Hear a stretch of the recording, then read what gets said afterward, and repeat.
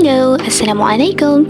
Welcome to our explorations of the case study about the reform of anti-dumping measures in South Africa. Anti-dumping. What is actually anti-dumping? Well, it refers to action taken by government to counteract the practice of dumping, where foreign companies sell products at prices lower than their normal value. This can severely harm domestic producers by flooding the market with cheaper imports. Historically, South Africa faced significant challenge due to trade sanctions during the apartheid era, which limited its engagement with global markets. This led to a reliance on high tariff instead of anti-dumping measures. With the establishment of the World Trade Organization in 1995, the anti-dumping agreement provided a framework for member countries, including South Africa, to address dumping practices fairly and transparently. It was found that India was the largest user of anti-dumping measures, initiating 1,100 investigations and 767 measures. The United States has turned out to be the second largest user, with 841 investigations and 605 measures. Since the early 1990s, South Africa has liberalized its trade policies but faced challenges as cheaper imports began to flood the market. In response to these challenges, significant reforms were initiated to align domestic anti-dumping practices with international norms. This included clearer regulations for investigation and duties. Therefore, by 2002, it became one of the most frequent users of anti-dumping measures globally. Moving on to the reform process, anti-dumping was implied in South Africa in 1914 under the Custom Tariff Act. It was among the earliest countries that used anti-dumping. During this time, anti-dumping was administered by the Custom Department, which later became the South African Revenue Service (SARS).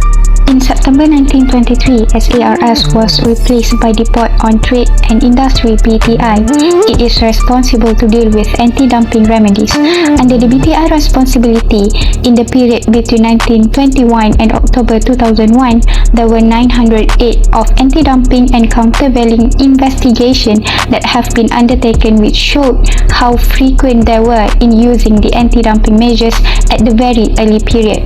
However, in the middle of the period between 1970s and 1980s, the use of anti-dumping measures was decreasing, while the high tariff barriers become the one that protects the South Africa producers, which due to the apartheid policy that encouraged the South Africa's government to provide protection to industries that it considered to be of strategic importance.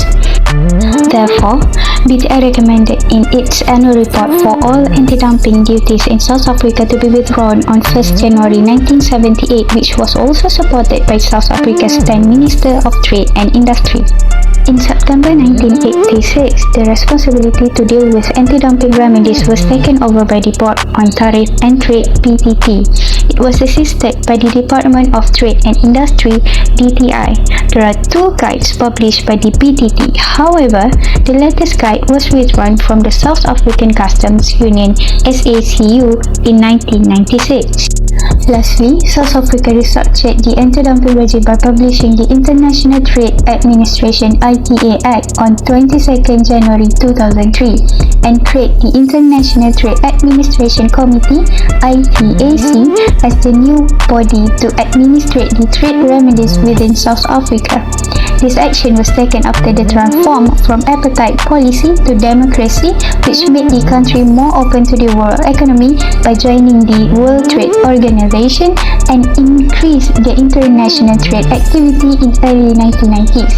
Due to the agreement under WTO that they need to abide, which was regarding the trade without discrimination among most favored nation (MFN), the MFN tariff kept decreasing, which left anti-dumping as the important trade remedy rather than tariff to be implemented.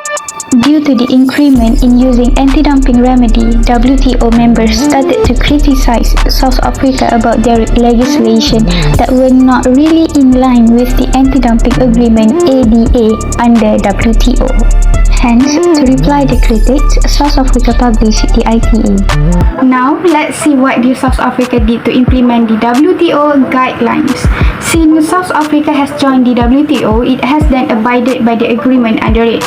At the early period, South Africa did not form the agreement as part of the South African public law.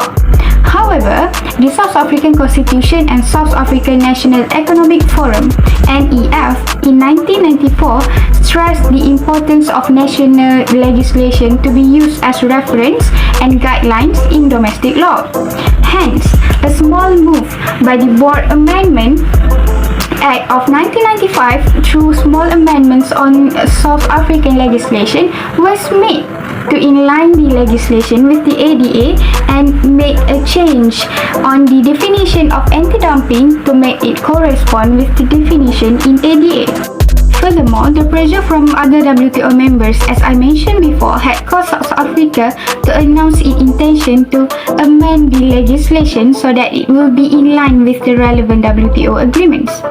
Apart from that, the publication of the ITA Act in January 2003, as mentioned previously, was also aimed to provide an institutional basis for the conduct of trade policy and the application of custom tariff which are in line with the agreement under WTO. In the 1990s, South Africa faced a growing challenge. Imported goods, often sold at unfairly low prices, were threatening local industries. Business in sectors like metals and apparel struggled to compete. Factories shut down and jobs were lost, but South Africa decided to fight back. To protect local industries, South Africa devised its anti-dumping laws. In 2003, the government introduced the International Trade Administration Act. This law created the International Trade Administration Commission, or ITAC, tasked with investigating unfair trade practices and protecting local businesses. These changes had a big impact. For example, the metal industry faced a flood of cheap steel imports, especially from Asia. Local companies were losing money and jobs were at risk. ITAC stepped in, investigated, and added extra taxes on certain imported goods. This helped local steelmakers regain their footing and save many jobs. Another success story came from the apparel industry. Low-cost imports had taken over the market, making it hard for local producers to survive. ITAC's actions like imposing taxes on these imports helped struggling businesses recover and save thousands of jobs in the textile sector. These reforms were not just about protecting businesses, they also had a big social impact. By saving jobs, especially in major industries like metals and apparel, many families were able to maintain their livelihoods. In a country where unemployment remains a serious issue, this was a lifeline for communities. However, there were challenges. With higher taxes on imported goods, some prices went up for consumers. South Africa's trading partners also raised concerns, saying that these measures might be too protective. Balancing protection for local businesses and international trade rules has not been easy. Moreover, ITAC's investigations are thorough but can take a long time, sometimes more than a year. This delay can be tough for businesses needing quick solutions. Despite this, South Africa's reform show a strong commitment to fair trade and protecting its people. By aligning with global trade rules and focusing on local needs, South Africa has shown it's possible to defend domestic industries while participating in the international trade. The journey isn't over, but the progress so far is a testament to the power of thoughtful reforms.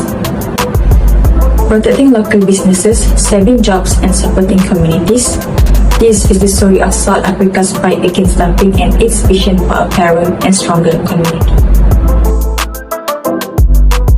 As South Africa continues to navigate the complexities of international trade, enhancing its anti-dumping practices is crucial. Let's explore the recommendation given based on the studies that have been done. Firstly, the government should enhance procedural clarity. Current legislation, including the International Trade Administration Act, is often complex and burdensome. Dumping, normal value, and injury. By defining these terms clearly, stakeholders including domestic industries, foreign exporters, and legal practitioners can better navigate the anti-dumping regime. Next, increasing stakeholder engagement is also essential. Regular consultation with domestic industries, trade associations, and civil society will ensure that all interests are represented.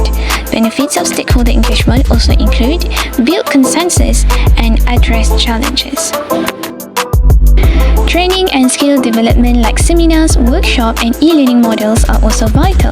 Providing relevant training programs will equip ITAC officials and stakeholders with knowledge of international norms and standards. This investment in education ensures that investigations are conducted properly, upholding justice within the anti-dumping framework. So, if South Africa embraces this recommendation, it positions itself for a more competitive future in global trade. To wrap up, thank you for joining us on this journey toward the fairer trade environment in South Africa. Remember that in the games of trade, it is always better if everyone